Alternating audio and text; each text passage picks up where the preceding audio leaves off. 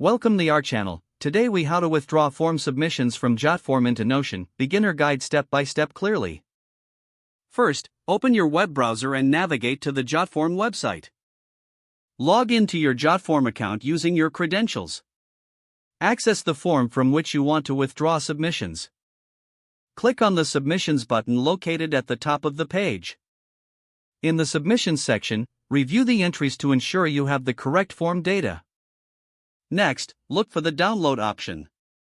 Choose your preferred file format, such as Excel or CSV, for downloading the submissions. Once the file is ready, save it to a designated folder on your computer.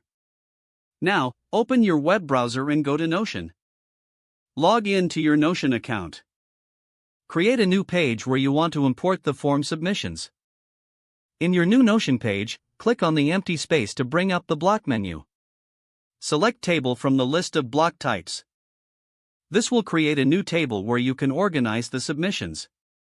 Next, click on the three dots in the table's upper right corner. Choose the Merge with CSV option. Locate the downloaded file from Jotform and select it.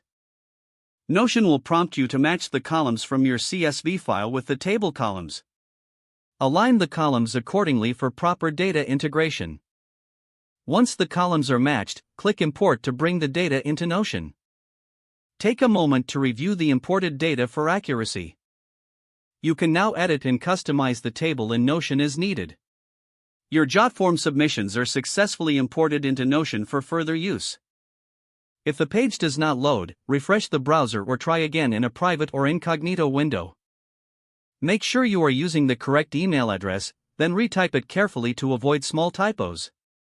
If your password is not accepted, use the Reset option and create a new strong password you can remember. Check your spam folder for verification or security emails, then complete any requested confirmation steps. Enable two-factor authentication if available to improve account security and reduce unauthorized access risk. Don't forget to like this video and subscribe to our channel for more step-by-step tech guides.